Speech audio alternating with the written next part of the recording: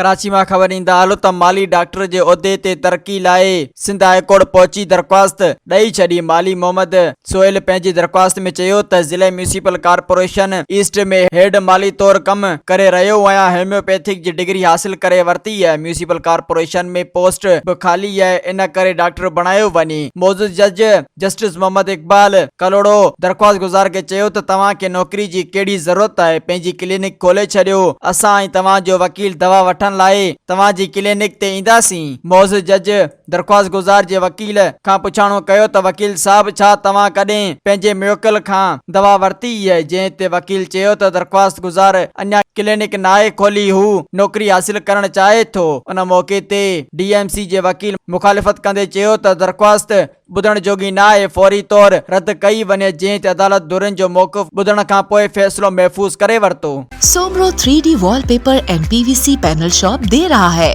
सबसे अच्छी सर्विस, बेहतरीन क्वालिटी के आला मयार वॉलपेपर और सीलिंग खूबसूरत डिजाइन और कलर्स में दस्तयाब है। हर किस्म के PVC वॉलपेपर्स और सीलिंग लगवाने के लिए हमसे राब्ता करें। हैदराबाद, कासिमाबाद, लतीफाबाद, जामशोरो, मीरपुर खास और सिंध के मुख्तलिफ शहरों में सर्विस मौजूद है। Soomro 3D wallpaper and PVC panel. राब्ता नंबर रंजन अली सोमरो 0333 370 2516, व्हाट्सएप 0333 370 7886।